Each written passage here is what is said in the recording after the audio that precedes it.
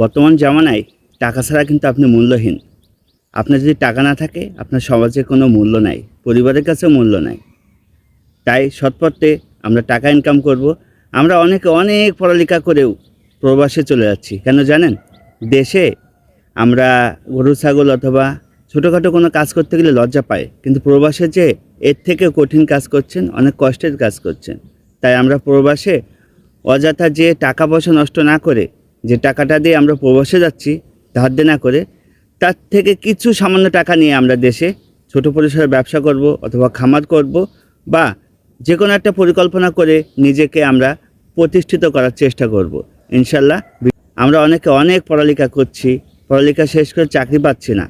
এই চাকরি না পেয়ে আস্তে আস্তে হতাশ হচ্ছি, পরিবারের চাপে আমরা অনেক কথা শুনছি, অনেকে বাসা থেকে চলে যাচ্ছি, আবার অনেকে চেষ্টা করছি কোনো কাজ করার জন্য, বা কেউ ব্যবসা করছে, কেউ খামার করছে, অনেকে আবার রাগ করে দূর প্রবাসে চলে যাচ্ছে। আচ্ছা, যে টাকা খরচ করে আমরা দূর প্রবাসে চলে যাচ্ছি, আমরা কত টাকা খরচ করছি? এক একজন 5 লাখ, 6 লাখ, 10 লাখ টাকা। কিন্তু দেশে বসে যদি আমরা ছোট পরিসরে 50,000, 1 লাখ টাকা দিয়েও যদি ছোটো একটা ব্যবসা করতাম, ভালো করতাম না? কিন্তু কেন করতে পারি না জানেন? লজ্জায়।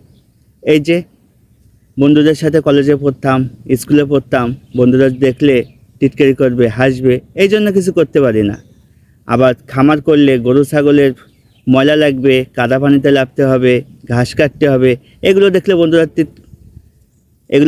বন্ধুরা টিটকারি করবে। এই জন্য আপনারা দেশে কিছু করছেন না, অনেক টাকা গুছায় দূর প্রবাসে চলে যাচ্ছেন, কষ্টে জীবনযাপন করছেন। টাকাগুলো মানে আপনার যে পুঁজি খরচ করে আপনি বাইরে চলে গেছেন, সেই টাকা উঠানোর আগেই আপনি আবার দেশে চলে আসছেন। এসে আবার হতাশ, জর্জরিত, অনেকে আত্মহত্যা করছে, অনেকের মাথায় সমস্যা যাচ্ছে, কেউ অসুস্থ হয়ে বাসায় পড়ে থাকছে। এতে তো পরিবারের কোনো উন্নতি হচ্ছে না। আপনার পরের প্রজন্ম, আপনার বাচ্চা বড় হবে আস্তে আস্তে, তারাও এই দেখবে, দেখে তারা আপনাদের কাছ থেকে কিছুই পেল না, পরে কী পাবেন জানেন? বাচ্চাদের কাছ থেকে শুধু গালি। তাই সময় মতো যদি আপনারা একটা প্রতিষ্ঠিত হওয়ার চেষ্টা করেন, ছোটোখাটো ব্যবসা করেন, খামার করেন, দেখবেন আপনার পরের প্রজন্ম ওই ব্যবসা দিয়ে আস্তে আস্তে চলতে পারবে। আর তাছাড়া চলার কোনো উপায় নেই। আমার মূল উদ্দেশ্য হচ্ছে আপনারা একটা খামার করতে পারেন। একটা খামার করতে গেলে বেশি কিছু খরচ হয় না, ছোট পরিসরে। অথবা খামার যদি নাই করেন, যারা দূর প্রবাসে চলেই গেছেন, ভালো, আপনারা ওখানে কাজ করেন। আর দেশে অল্প অল্প করে টাকা পাঠায় আপনার বাপ মা, বা হচ্ছে আপনার ওয়াইফ থাকলে তাদের কাছে টাকা পাঠায় দিয়ে বলেন একটা গরু অথবা দুটো একটা ছাগল কিনতে। কারণ একটা গরু কিনতে গেলে 1 থেকে 1.5 লাখ টাকা, অনেক টাকা খরচ হয়। কিন্তু 1 থেকে 1.5 লাখ টাকার মধ্যে 10-15টা ছাগল কেনা যায়। আপনার 10-15টা ছাগল কিনতে হবে না, আপনি 4 থেকে 5টি ছাগল কিনেন। এখান থেকে আপনার অভিজ্ঞতা আসুক আস্তে আস্তে। আপনি পুষতে পুষতে ওদের রোগ সম্পর্কে, ওদের খাদ্য সম্পর্কে, ওদের বাসস্থান সব সম্পর্কে যখন আপনার অভিজ্ঞতা আসবে, আপনি দেখবেন আস্তে আস্তে এর থেকে আপনি ডেভেলপ করতে পারবেন। তখন দূর প্রবাসে সময় নষ্ট না করে আপনি দেশে চলে আসবেন। আস্তে আস্তে আপনার খামারটাকে ডেভেলপ করার চেষ্টা করবেন। আর যারা প্রবাসে যাওয়ার চেষ্টা করছেন, ব্যর্থ হচ্ছেন, এখন অনেক চেষ্টায় আছেন, ভাই বাদ দেন, ভাই ওইসব বাদ দেন। আপনার দেশে আপনি ছোটোখাটো যে কোনো একটা কাজ করেন, লজ্জা বাদ দেন ভাই। লজ্জা করলে আর কোনো কিছু হবে না। আমিও লজ্জায় করতে করতে আজ এখানে ঠেকে গেছি। ইনশাল্লাহ আস্তে আস্তে চেঞ্জ করার চেষ্টা করছি। যে কোনো কাজ আমি করছি এখন আল্লাহর রহমতে। আপনারা হয়তো বুঝতে পারছেন যে আমার কথাটা হচ্ছে, সময় নষ্ট না করে পড়ালেখা শেষ করে চাকরির পিছনে অযথা যে ছুটাছুটি করা হয় বর্তমানে, সেই চাকরি তো পাওয়াই যায় না পড়ালেখা শেষ করে। তাই আপনারা ছোট পরিসরে ব্যবসা করেন, খামার করেন, দেখবেন চেঞ্জ করতে পারবেন নিজেকে। কারণ পরে গোলামি করতে করতে আপনার বেতন হয়তো 10,000, 15,000, 20,000 বা 25,000, এর বেশি কিন্তু আর হবে না। কিন্তু যখনই বস ডাকবে তখনই যা লাগবে। যখনই বস বলবে আজ থেকে আপনার কাছে চাকরিতে আসা লাগবে না, তারপরে আপনি কি করবেন সেটা বুঝে উঠতে পারবেন না। তাই গ্রামীণ জীবনে প্রত্যেকটা মা বোনের ছোট্ট ডিপিএস হচ্ছে ছাগল পোষা। প্রত্যেকটা ঘরে দেখবেন হাঁস, মুরগি, ছাগল আছে। কিন্তু শহর অঞ্চলে যারা থাকি, আমরা ঘর ভাড়া করে থাকি, ঘরের ভাড়া তো দেওয়াই লাগবে প্রত্যেক মাসে, চাকরি থাকুক আর না থাকুক।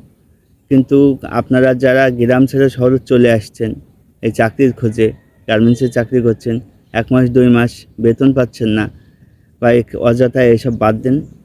নিজের স্থানে থাকুন, ছোটোখাটো কিছু করুন, ইনশাল্লাহ দেখবেন পরিবারের সাথে হাসি খুশিতে কিছু করতে পারবেন। আর খামার এই জন্য বলছি ছাগল খামারে খুব খরচ কম আছে, তাদের ঘাস খাওয়ায়ে লালন পালন করা সম্ভব। আর একটি ছাগল বছরে 14 থেকে 15 মাসের মধ্যে 2বার বাচ্চা দেয়। আপনার যদি কপাল ভালো হয় প্রত্যেকবারে 3টা করে বাচ্চা পাইলে 6টা বাচ্চা হয়ে যায়। প্রত্যেকটা বাচ্চা আপনার দরকার নেই আপনার অনেক দাম করে বিক্রি করার, আপনি 3 মাস পর পর প্রত্যেকটা বাচ্চা 5,000 টাকা করে বেচে দেন, ইনশাল্লাহ এর থেকে আপনার হাতে ভালো কিছু ইনকাম আসবে।